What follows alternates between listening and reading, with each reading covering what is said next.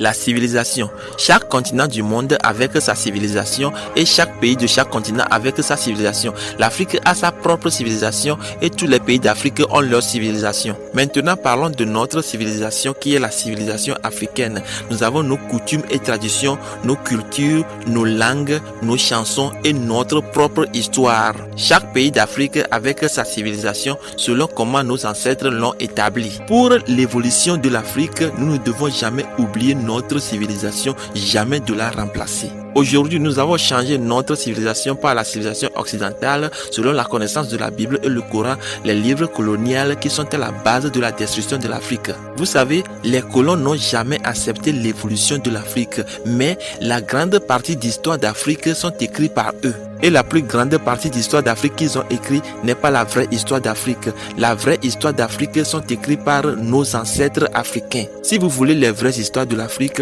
cherchez les histoires d'Afrique qui sont écrites par nos ancêtres africains. Souvent nous disons que l'Afrique est le berceau de l'humanité. C'est une histoire occidentale qui n'est pas bien précisée. L'Afrique est le berceau de l'humanité africaine. L'Amérique est le berceau de l'humanité américaine. L'Europe est le berceau de l'humanité européenne. L'Asie est le berceau de l'humanité asiatique. L'Océanie est le berceau de l'humanité océanienne. L'Afrique n'est pas le berceau de l'humanité des autres continents. C'est pour cela chaque continent avec ses habitants et la couleur de leur peau. L'Afrique ne peut jamais être le berceau de l'humanité, comme Ève aussi dans la Bible ne peut jamais être la mère de l'humanité comme ils l'ont écrit. Par la suite, vous allez comprendre pourquoi l'Afrique ne peut jamais être le berceau de l'humanité et Ève dans la Bible aussi ne peut jamais être la mère de l'humanité.